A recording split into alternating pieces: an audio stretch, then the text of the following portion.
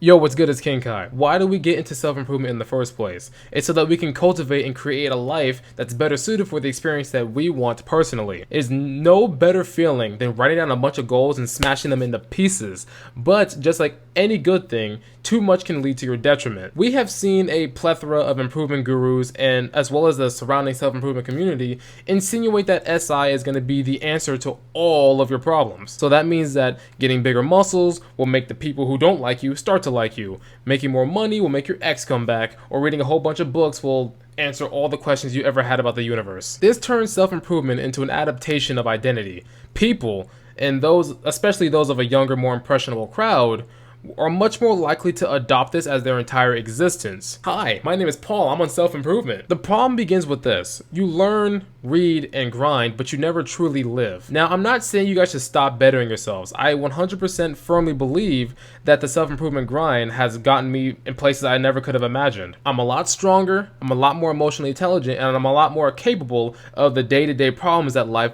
gives me. However, I believe in the beginning stages, you're better off applying and implementing the things that you learn rather than stacking information. There's a quote that relates to this very well, and I believe it's said by a man named Lao Tzu, and it goes, "An over-sharpened sword cannot last long." As you sharpen your sword, metal is stripped away from the blade. So that means the more that you sharpen, the more metal you're losing, and the faster this sword becomes weaker. We are aging every single day. However, if every single day is spent learning theories and you're not truly living and implementing, you're only wilting away faster than normal. With that being said, ensure that you're doing more application than just studying, because all this studying are just theories, but theories are proven by action, and without action, they remain theories. Another more negative aspect of self-improvement that I see quite often is the alienation phase. It's way too common for younger guys or anyone in general who get into self-improvement and they start to isolate themselves because the people around them are not adopting the same habits that they've chosen to adopt. You don't read Atomic Habits? Man, cut off, bro. Self-improvement teaches you that you are the sum of the 5 people that you hang around.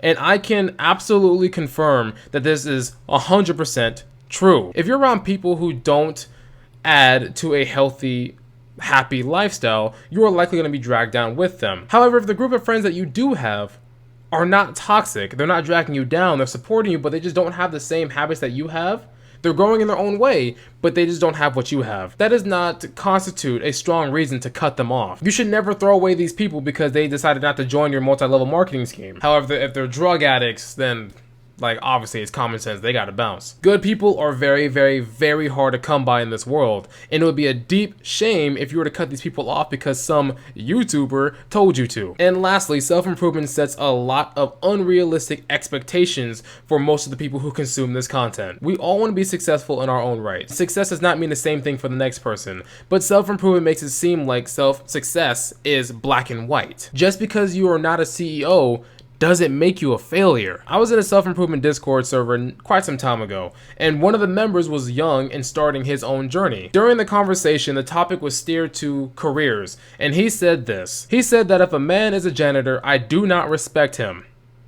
Okay, why? Because he's not his own boss. He's average. He doesn't deserve respect. Now, this was an unfortunate combination of living perpetually online and having zero life experience. This kid was 17, so it wasn't really much of a surprise that he thinks like this. He consumes a lot of this content and he believes that if you don't have a Lamborghini, you are not successful. For those who are much, much younger, I'm here to tell you, because I'm out here in the real world, it does not make you less of a man for having a regular job. And working a prestigious job does not make you the man. It all boils down to your character, which is something that you should be cultivating and improving every single day. I've met people who are in good positions and they were terrible people. And I've met other people who were in much lower positions, but they had the kindest heart you've ever seen. A janitor working 40 hours a week to give his family a good life deserves eons much more respect than a CEO who bangs 15 girls a week, has a Lamborghini, owns his own business, but he walked out on his child when the kid was 6. In my humble opinion,